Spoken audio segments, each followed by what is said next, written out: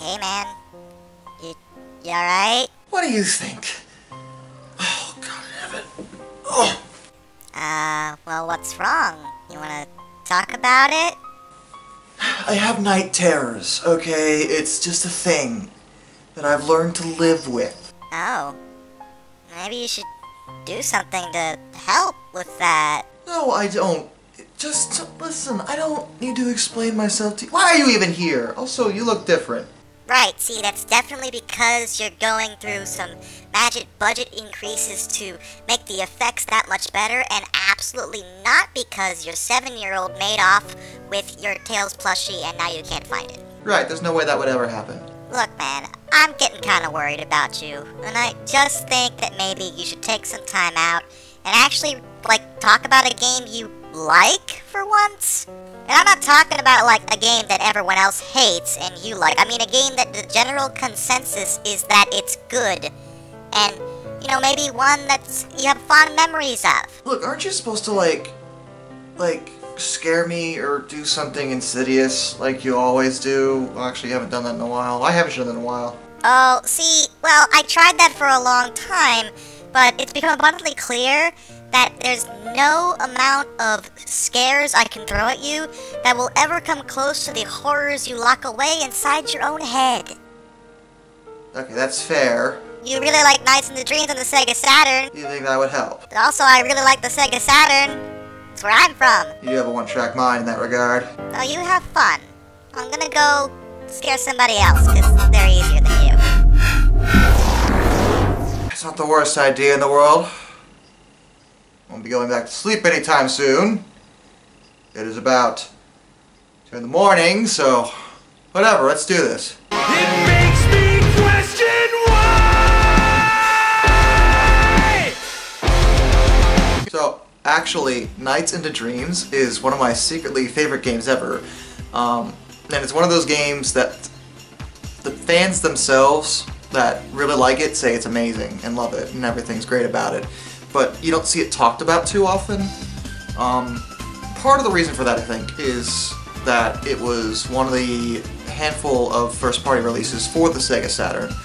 Now, the Sega Saturn is a beast of a topic that I will not go into detail with here, but I think it's fair for me to say that the Saturn, it isn't so much that it didn't have games, it's that the Saturn is the absolute grand champion of having, well, two things. A lot, and I mean a lot, of Sega arcade ports, most of which were actually quite good. And if it did have a console exclusive, it was a completely new IP. Like, Nights is one of those, where, you know, Sega didn't, like, utilize any of its former IPs for this console generally. It was always something brand new. And while that's not necessarily a bad thing, you want creativity and new IPs are good for the industry because it's new things, but you also have to attract attention from your fans so they actually, like, buy the console in the first place to experience those new IPs. You know, like, having an original Sonic game probably would have been the best thing for it, and it never really happened. I mean, we had Sonic's 3D Blast, which was on the Genesis, and it was more impressive on there because, again, the Saturn's supposed to be a next-generation console, so yeah, Sonic R, which, no. And then Sonic Jam, which was effectively just a collection of the old Sonic games, which, while not bad, is still not an original game. But we're not going to talk about that.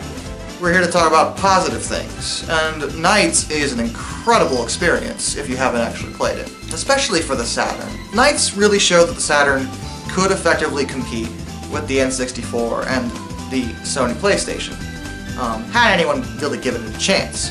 But due to corporate mismanagement and a bunch of other things, it never really happened in the West, and I'm going completely off the rails here again.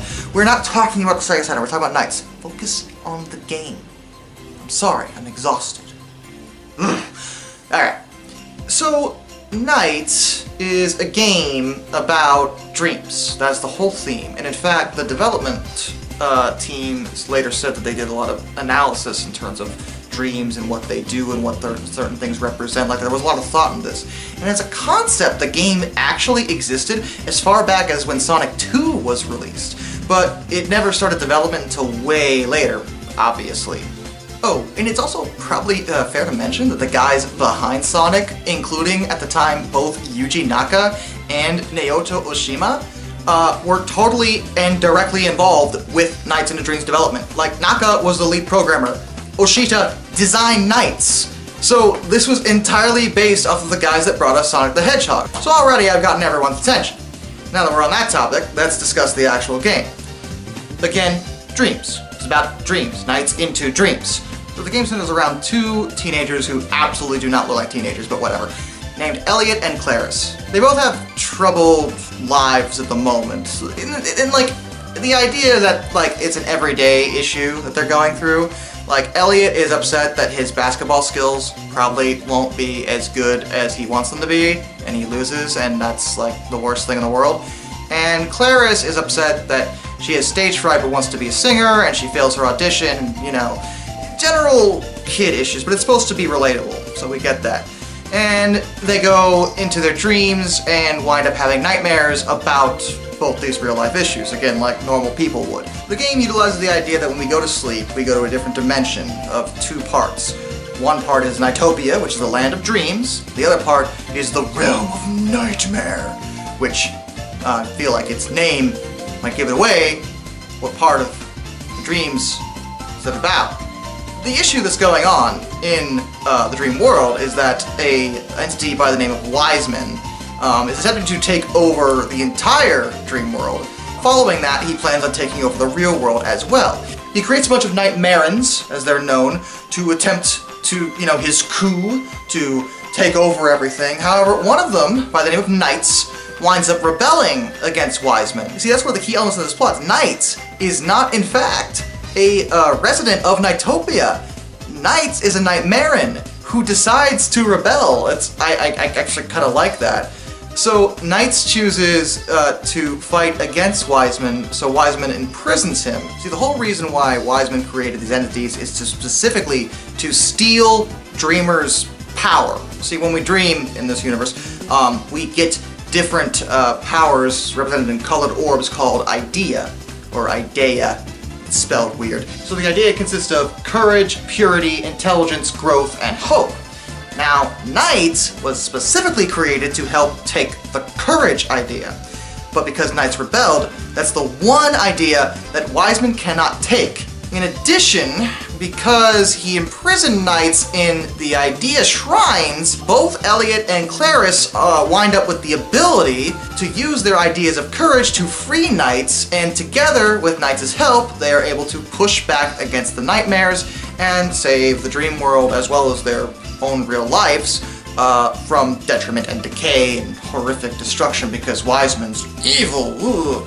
It sounds, well, admittedly, given the game, that's way more complicated than you would have expected. And oddly, the entire tale is told in mute, and frankly, I think that makes it better. Most of the game is really good at telling you exactly what's going on without speaking a single word, and Sega used to be really good at this. I don't know what happened. So this game's release is actually really cool. See, one of the problems the Saturn had was the controller was basically just a Genesis controller with shoulder buttons, so nobody liked it.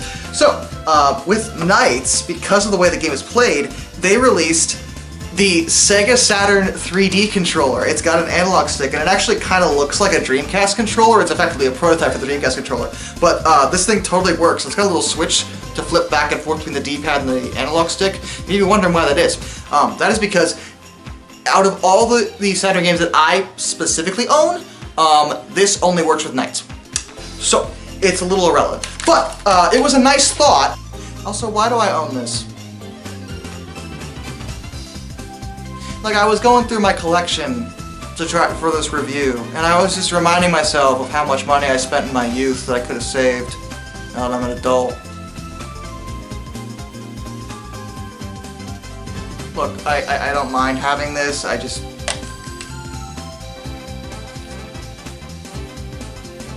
feel like my life could have been better had I been smarter. Okay, look, we're not talking about my destroyed dreams, we're talking about Nights into Dreams, alright? How about that? The game is rather unique. The whole core concept of Nights was to simulate flight, and due to Saturn's, shall we say, somewhat draw distance limitations, we won't go into that, Nights is effectively played on a 2D plane, much like a lot of 2.5D game. Nights can travel in all directions and fly, and the entire point of the game is to do flips, get a high score, as well as get back all the ideas that were stolen from the representative human character in whichever stages.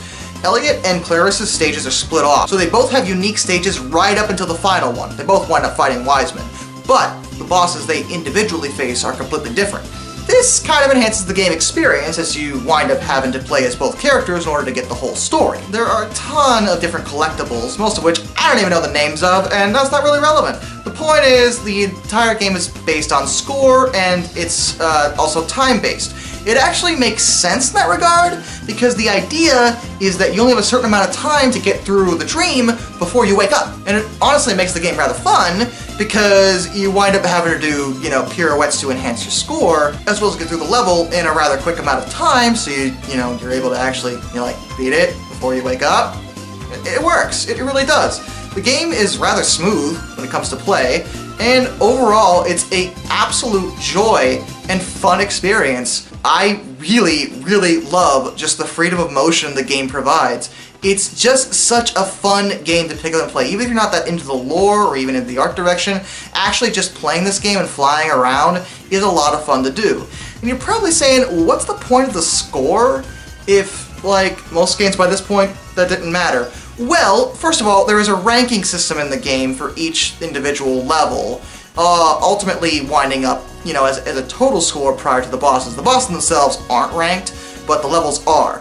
This is relevant because you can't actually progress throughout the game without getting at least a C rank. So you kind of have to be good at it in order to make progress in it. Now, getting a C isn't that hard, so it's not like the game is like brutally difficult, so like a kid could pick this up and play it. But getting an actual A rank on some of these levels is absolutely mind-numbing sometimes. It really, really is hardcore trying to get these ranks. But again, in order to beat the game, you only need a C. So it's not like it's a big deal if you're not that great at the game. You're still going to be able to beat it. You'll be fine, I promise. Even if you're terrible at games, you'll get through it. It's not that hard of a game. The whole point of the game is to be fun anyway. No one's gonna pick up this game and expect the hardest difficulty possible. That's not what this game is about, and frankly, this is the kind of game I wish more people would dare to make these days. Look. I am an edgy person. You know this.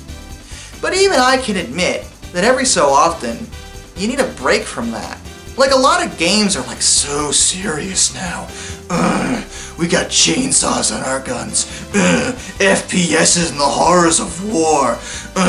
Post-apocalypse and death and destruction. Look, that's all great and fine and wonderful. I like those games too. But I just feel like people don't invest a lot of money these days into the kind of games that I played when I was a kid.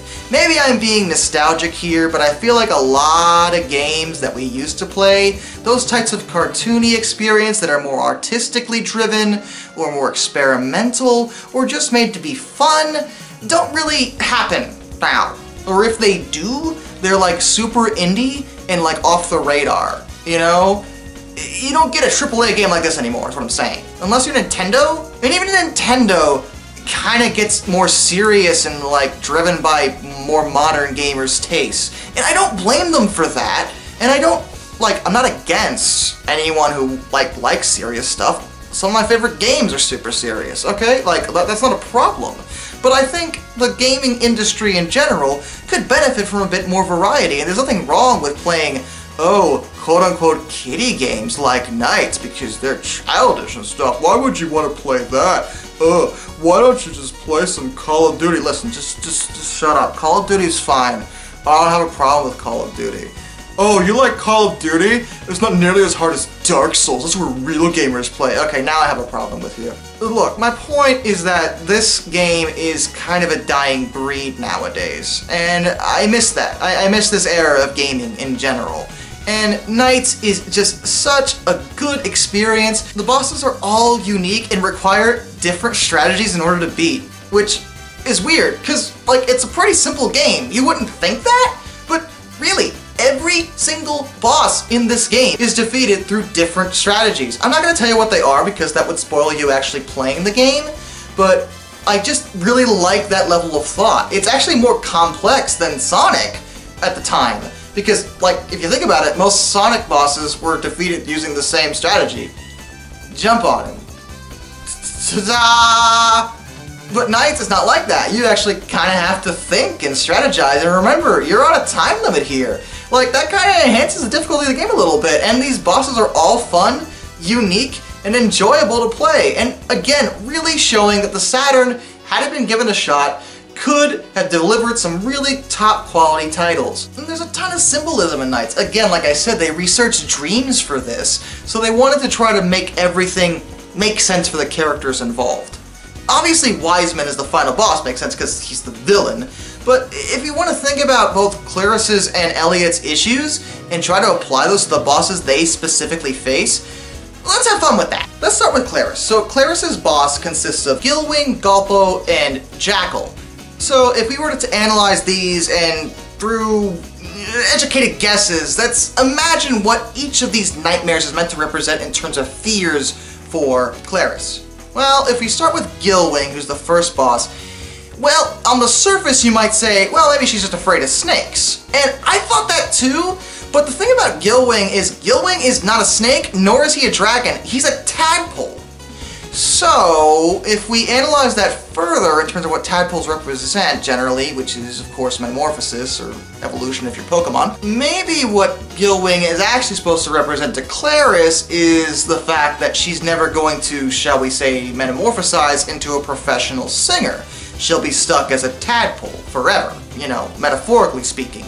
That, to me, makes the most sense. Again, that's just an educated guess, but I can't imagine any other reason why they would have specifically chosen a dragon tadpole for a boss, unless they were just crazy at the time, which is possible. Gulpo, I think, is a bit more blunt force. Gulpo's a barracuda, which, you know, it's oddly a specific animal, so I don't think the fear here has anything to do with Gulpo himself. The thing I notice about this boss fight in particular is the way you beat Gulpo is that you have to go underwater in order to hit it. So I'm going to take a wild guess here and say that Celeste must have a fear of drowning, which admittedly, a lot of people have that fear. I don't blame her. Jackal is a bit more of a metaphorical one, but given the fact that Jackal is purely based off of cards and gambling in general, I'm gonna say that somebody in Celeste's family might have a gambling problem, and it's caused issues for her and the rest of the family over time. Again, this is just me theorizing. I'm just having fun. As for Elliot's bosses, they consist of Puffy, Claus, and Riala. Now, Puffy is harder to determine. In fact, Puffy was used in one of Clarisse's nightmares in the Archie Comics adaptation of NiGHTS. Yeah, there was an Archie Comics series of NiGHTS. Seriously. What, you didn't know that? Well, now you know it. You're welcome. Anyway, canonically, Puffy is actually one of Elliot's nightmares, and given her nature, and given what she looks like, and given everything about this, I'm gonna say that Elliot has some mommy issues. Again, this is me stretching things, I'm just guessing, but Puffy has a lot of high-class tastes. Thus, I'm gonna say she represents an authority figure that Elliot kind of has issues with. It might not even be a mom, it might be an aunt, or even a teacher, I don't know. In the Archie comics, she actually represented one of Clarisse's singing coaches. So, how that applies to Elliot, well, it doesn't. Again, Archie's non-canon, I don't even know why they did that, it's kind of sexist, whatever. Claus was a bit of a brain twister for me, because I'm like, why the cat? I don't see, well, See, Claus isn't just a cat. Claus is a black cat. I think, applying to Elliot's, you know, general nightmares and his issues in real life, the thing about sports is that it's not always about skill. Sometimes you just have bad luck. Sometimes the ball doesn't go where you think it's gonna go. In soccer, I played soccer for years, and I can tell you there were times I kicked that ball and there was a random crosswind and it went a completely different direction. That happens. Point is that I think Elliot has issues with bad luck, maybe even a fear of it. Hence, why he fights a giant black cat with wings. Why it has wings, I don't know. But it's a black cat. Black cats generally represent bad luck. That's just a thing. As for Reala, well, this is way more complicated because Reala is actually directly related to NiGHTS. In fact, they're siblings. Reala didn't betray Wiseman like NiGHTS did, and actually fights exactly as NiGHTS does, doing pirouettes and stuff. So, does Reala have anything to do with Elliot at all, is the question. Well, Reala doesn't appear for Clarisse, he only appears for Elliot. I would hazard a guess to say that Elliot may have a phobia of someone being equal to him in skill, to the point that he could be overpowered by someone who's just like himself. Similarly to how NiGHTS is forced to fight Reala on equal terms, because effectively they're evenly matched. And actually, it's one of the more fun boss fights in the game, if I'm being honest. They're all fun, but Reala is an awesome moment. Wiseman's, of course, just the Lord of Nightmares, and he's the ultimate villain, so I think symbolically there, he's just supposed to be evil. And admittedly, he looks pretty evil, so hey. This fight is actually fun because Elliot and Clarisse actually meet up in their dreams and ultimately have to fight Wiseman together because he's too powerful for just one of them. It's a really climactic moment. And again, it's way more artistically driven and story driven than you think of a game that never ever talks to you. You don't get any words, and it doesn't need to speak to tell a great story. The story ends with both of these teenagers effectively just having more confidence in themselves. It's not even magically driven, they just realize that they can do it if they really believe. And it's a really uplifting tale overall. I really enjoy it. The game is fun, visually it's stunning, the music is amazing, and it's really just an uplifting message. It's exactly the kind of thing that we kind of need in the world right now, if I'm being honest. NiGHTS, you know, it's one of those things that I wish became more popular, but I'm kind of glad it's more of a cult hit. You know, it's just one of those things only a few people have experienced. I want more people to, but it's not tarnished with a rabid fan base of crazy people. You know, like Sonic is. What? You know it's true. Listen, do you have any idea how many nasty comments I got from people because I had the nerve to enjoy Sonic Forces? I know, that's just a sin against all things that are good in the world, that I like a game that everyone told me was bad. As if I don't do that literally every time I play a game that I'm told is bad. Like, all you do is spout negativity at me and tell me how everything's awful, and then I have to go in and be like, well, let's point out that this isn't nearly as bad as you told me it was, you liars! I'm supposed to be uplifting, I'm not supposed to be cynical right now. I'm sorry, everyone disappoints me in life. Anyway, NiGHTS has been referenced and cameos in a lot of things. You're probably well aware that NiGHTS has appeared in Sega All-Stars. There's also a pinball table in Sonic Adventure that's, well, NiGHTS. And it's arguable that NiGHTS may actually be in canon with the Sonic universe because they've appeared in so much stuff together. So I'm gonna add a fun fact onto this video though that I absolutely have to talk about when it comes to NiGHTS. It has to do with its demo disc. So, most of you don't even know what that is. Alright, hear me out on this. So, back in the day, before most of y'all were even born, developers did these things called giving stuff away, like, for free. I know. I don't know what happened to that. Anyway, we called these things demo discs, and before a usable internet, this was our way to really experience things. Like, we didn't have YouTube to look up gameplay before. NiGHTS had a very special demo disc released to the public called Christmas Nights into Dreams Sampler. Why do I have this? Seriously, again with the... I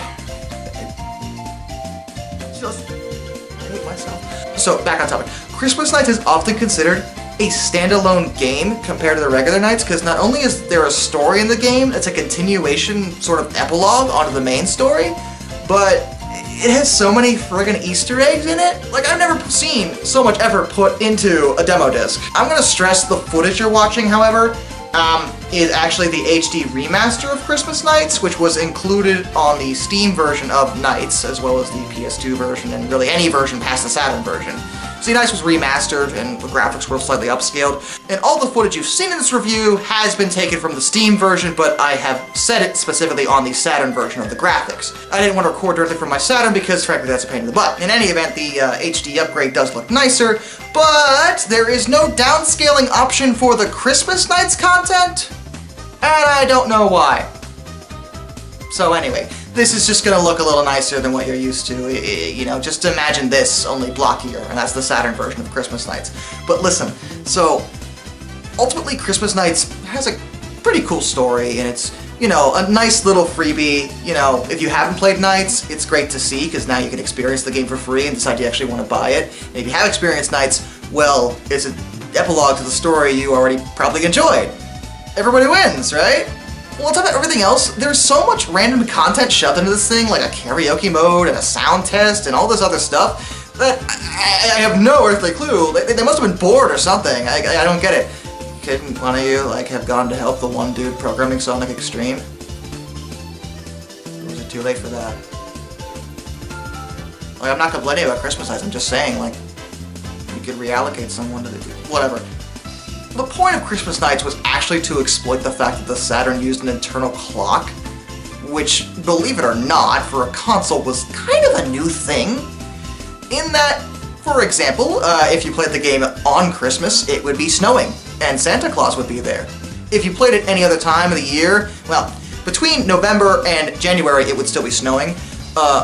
All other times of the year it would just look like regular nights. Anyway, I'm not going to tell you all the Easter eggs, though I will say there was one for April Fool's Day and for Valentine's Day and stuff like that. But the key one here that you should be well aware of is Sonic's first proper 3D appearance. Oh yeah, like in an actual playable game. No, seriously, Sonic the Hedgehog Into Dreams is a thing, and it only exists on the Nights Christmas demo disc. I'm not making this up. This was the first time we had ever seen and played Sonic in 3D. Admittedly, it's a little rough, obviously, because Sonic was never meant to be used in the Nights engine, but it's a charming little fun experience that boils down to a boss fight with a reskinned Puffy to look like Eggman! Yes! This isn't a joke! This is a thing that actually happened! It's great! It's amazing! I actually love this! But I'll tell you what really stinks about this. At least not for me, because somehow I have this thing. Whatever. So, when they re-released Nights in the remastered version, and did include the Christmas content, they cut out most of the Easter eggs, including Sonic the Hedgehog Into Dreams. They replaced them with other Easter eggs, but not the Sonic one? Which is weird, because I'm pretty sure that's the one that literally everyone would have been interested in. I don't know why they did that. It's just a bizarre, it seems like more work when you think about it, but maybe they didn't want to reskin the Sonic bonus or something? That's my only guess, but then don't reskin it. You didn't have to. You would have played it anyway. Whatever. All it effectively means is that Sonic's first 3D appearance is restricted to people that own that very specific demo disc that only a handful of people wound up getting their hands on back in the day, making it a very sought-after demo disc. Go figure. Anyway, we've trailed off. The point is, there's a lot to unpack when it comes to Nights, and it's an unfortunately underutilized property, which I'm sure comes as no surprise to anybody, because Sega doesn't know it has IPs that are not called Sonic. And Football Manager, but you know, and I guess Yakuza lately. I mean, that's nice, Yakuza's good. But I'm just saying, like, it just stinks that Sega doesn't think something like Nights will be profitable anymore. Well, there is a sequel. Oh yeah, there is! It was on the Wii, right? Called Journey of Dreams. That sounds pretty cool. Well, wait, before you go, you should probably be aware... No. You know, I'm in a really great mood. Like, I feel like I should do something productive with myself. Like, I'm ready to go back to work, to finish up the novels I've been working on. You know, really push myself to really get my dreams going. You know, that's the whole message of Nights, that you have to believe in yourself, and I feel less edgy than usual. It's great. You know, it's just one of those things. You know, but before I do that, before I really go, I think it's fair for the viewers who have supported me through this entire time, for me to check out the sequel real quick. So I'm gonna go play it for a few minutes just to see how it is and give you, you know, some basic viewpoints before I do a full review. Obviously, that's gonna take some time, but be right back. Oh boy.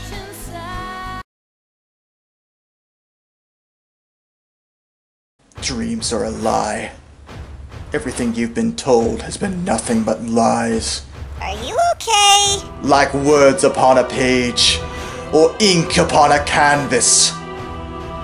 All will be bathed in a basking light, but that light will simply peel away the hard work that you yourself have put into it, the blood, sweat, and tears, ultimately being left to nothing but waste.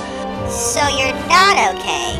And even then, that very life we cling to will fade as the light that destroyed our works and our existences will fade until only darkness remains. Oh my.